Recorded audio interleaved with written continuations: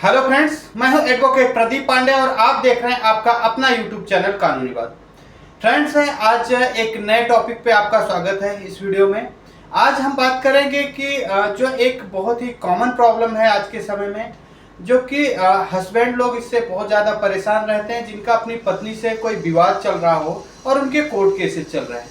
तो सबसे बड़ा इशू आता है मेंटेनेंस को लेके। हस्बैंड चाहता है कि मुझे पत्नी को मेंटेनेंस ना देना पड़े और पत्नी चाहती हो कि पति से एक भारी भरकम जो है मेंटेनेंस हर महीने मुझे मिलता रहे। तो यहाँ पे आज हम बात करते हैं कि ऐसे कौन कौन से केसेस हैं जहाँ पे पत्नी अपने पति से मेंटेनेंस की डिमांड करती है और पति को कहाँ कहाँ पे मेंटेनेंस, कौन कौन सी कैटेगरी के केसेस हैं यहाँ पे देने पड़ते हैं और इसके क्या प्रोविजन है, किस तरीके से मेंटेनेंस को देने से बचा जा सकता है।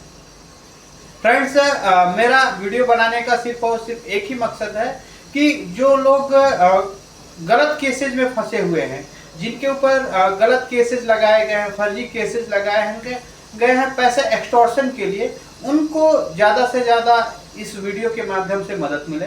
मेरा महिलाओं से कोई ऐसा जाति दुश्मनी नहीं है कि मैं ये कहूँ कि आप उनको मेंटेनेंस न दो। किस तरीके से मेंटेनेंस से बचा जा सकता है, देखिए, हर एक पति का कर्तव्य होता है अपनी पत्नी को मेंटेन करना, उसको भरण पोषण देना, जो भी उसकी जरूरी खर्चे हैं उनको मेंटेन करना हस्बैंड का काम होता है। ठीक है, तो अगर आपके पास सक्षम है तो आप दीजिए।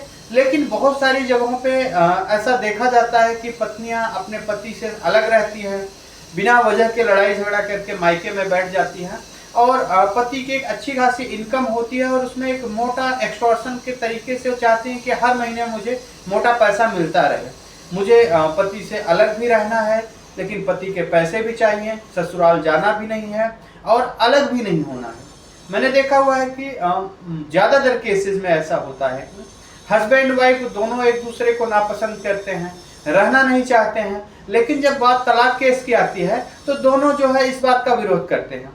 पत्नी पति के साथ रहना भी नहीं चाहती है, लेकिन तलाक भी नहीं देना चाहती है। क्यों? क्योंकि अगर तलाक दे देगी तो पति आराम से सुकून से रहेगा, ठीक है, अपना जिंदगी को आगे बढ़ाएगा। लेकिन पत्नी चाहती है किसी तरीके से इसको परेशान किया जाता रहे। ऐसा नहीं कि सारी पत्नियां ऐसी होती हैं, मैं उन कुछ परसेंट महिलाओं की बात कर रहा हूँ जो झूठे केसेस करती हैं, जिनका परसेंटेज आज की डेट में बहुत ज़्यादा है। तो सबसे पहला केस होता है जो कि पत्नी केस फाइल करती है, एक डोमेस्टिक वायलेंस का केस फाइल करती है। डोमेस्टिक वायलेंस के अंतर्गत उसका पहला मोटिव रहता है किस तरीके से उसका इंटरिम मेंटेनेंस बन जाए, जिससे कि केस तो हमारा लंबा चलेगा, हमें लास्ट में जो पैसे मिलेंगे, लेकिन एक मेंटेनेंस के रूप में हमें पैसे तुरंत मिलने शुरू हो जाए। और ये होता क्या है कि 2-3 डेट के बाद वहाँ पे जज साहब जो है मेंटेनेंस एक बांध देते हैं कि आपको पति को हर महीने यहाँ पे इतना अमाउंट इंटरिम मेंटेनेंस के रूप में बांध दिया जाता है।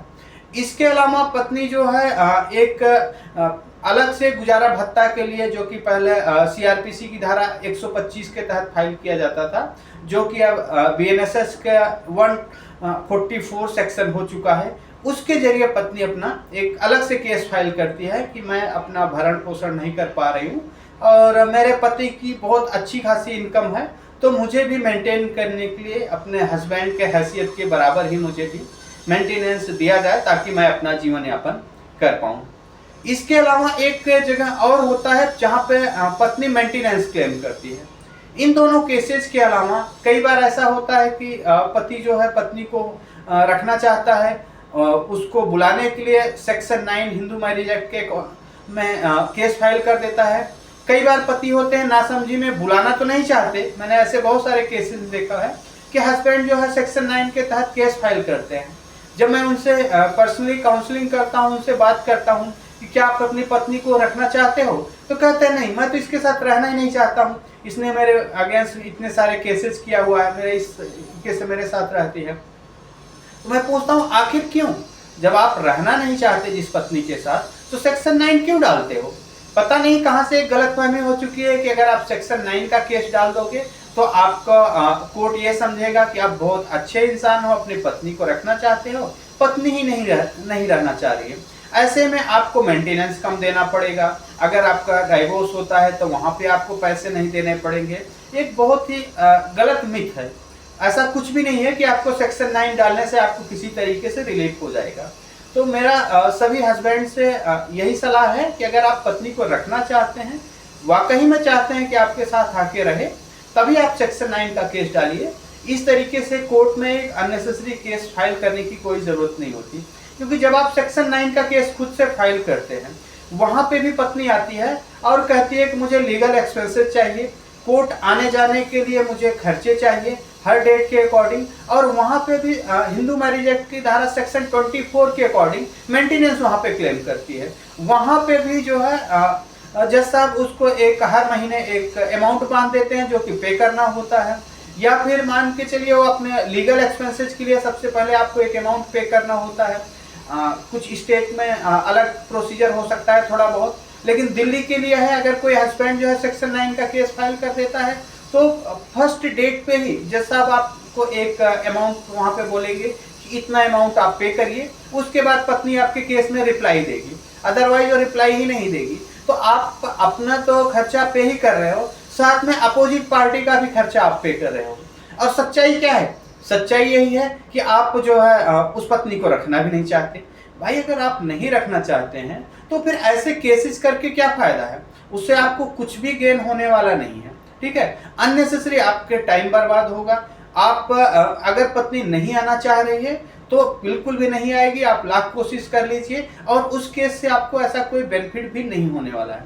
मुझे नहीं लगता कि सेक्शन 9 से आज की डेट में किसी को कोई बेनिफिट मिल रहा है। हाँ, अगर आपको करना है तो आप सेक्शन 9 का केस फाइल करने से पहले आप नोटिस दे सकते हैं।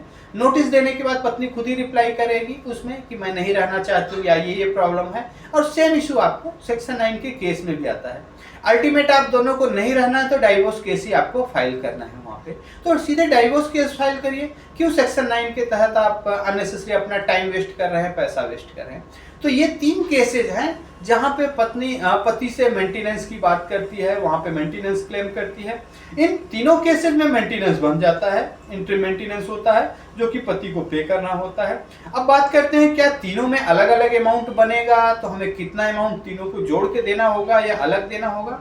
देखिए, तीनों में अलग अलग अमाउंट बनेगा, जज साहब के ऊपर डिपेंड करता है कि कितना अमाउंट आपको पे करना है वहाँ पे हर महीने। हाँ, लेकिन अगर पहले किसी केस में मेंटेनेंस बंध चुका है तो जब भी आप कोर्ट में जाइए अपना जवाब फाइल करिए तो ये चीज़ जरूर बताइए कि मुझे ऑलरेडी इतना मेंटेनेंस का इस केस में ऑर्डर हो चुका है। तो जज साहब फिर उसमें ऑर्डर नहीं करेंगे, या फिर कोई अगर ऑर्डर होता भी है तो जो सबसे ज़्यादा अमाउंट रहेगा मेंटेनेंस का वही माना जाएगा इंटर मेंटेनेंस केस में। बाकी जो है अमाउंट आपको पे नहीं करना पड़ेगा। मान लीजिए किसी केस में आपको 10,000 रुपये का मेंटेनेंस हुआ, किसी में 2,000 रुपये का हुआ, किसी में 20,000 रुपये का हुआ, तो 20,000 रुपये आपका मेंटेनेंस माना जाएगा, आपको 10 या 2,000 रुपये आपको पे नहीं करने हैं, ठीक है। तो ये 3 जगह हैं जहाँ पे मेंटेनेंस जो है पत्नी क्लेम करती है और वहाँ पे ले सकती है। अब बात करते हैं कि मेंटेनेंस से बचने का क्या तरीका है। तो हर केस के लिए अलग अलग स्टेटस होता है कि कहाँ पे आप मेंटेनेंस को कैसे कम करा सकते हैं, वो केस टू केस ऊपर डिपेंड करता है। सबसे पहले जब आप वहाँ पे सेक्शन को पढ़ते हैं, वहीं पे मेंटेनेंस के केस में लिखा है कि जो पत्नी अपना भरण पोषण करने में सक्षम नहीं है, तो सबसे पहले तो आपको सेक्शन में लिखा है जो भरण पोषण करने के सक्षम नहीं है, तो आपका ये काम है प्रूव करने के लिए कि आपकी पत्नी अपने आप को मेंटेन कर सकती है, एजुकेटेड है, वहाँ पे या शादी से पहले जॉब कर रही थी, या उसने कोई प्रोफेशनल कोर्स किया हुआ है जो कि अपना मेंटेनेंस खुद कर सकती है, या फिर और भी ऐसे बहुत सारे ऑप्शन हैं कि उसके पास कोई प्रॉपर्टी है या पैतृक प्रॉपर्टी है जिससे वहाँ से उसको इनकम हो सकती है। तो ये केस टू केस ऊपर डिपेंड करता है। ऐसा नहीं कि एक स्लॉट में ये चीज़ कंफर्म हो जाए कि यही सभी के ऊपर अप्लाई होगा, ये सभी का अलग अलग होता है, ठीक है। तो आप अपने केस में देखिए कि क्या आपको फिट पड़ता है, किस तरीके से आपका डिफेंस लेना है, ठीक है, तो आप उसके हिसाब से कर सकते हैं। तो मेरा सलाह यही है सभी को कि अगर आप जो सेक्शन 9 का जो हस्बैंड लोग केस डालते हैं, अगर आपको वाकई में रखना है तभी आप सेक्शन 9 का केस डालिए, अदरवाइज आप अपने लिए सिर्फ परेशानी मोल ले रहे हैं, उससे कोई फायदा नहीं होता। फ्रेंड्स, इसके अलावा भी आपको कोई सवाल है तो आप हमें कमेंट करके आप हमसे पूछ सकते हैं, कोशिश करेंगे हम आपको जल्द से जल्द जवाब देने के लिए। इसके अलावा भी अगर आपको कोई लीगल हेल्प की रिक्वायरमेंट है तो आप हमारे दिए गए व्हाट्सएप नंबर पे हमसे कांटेक्ट कर सकते हैं और हम आपको वहाँ पे जवाब देने की कोशिश करेंगे। धन्यवाद।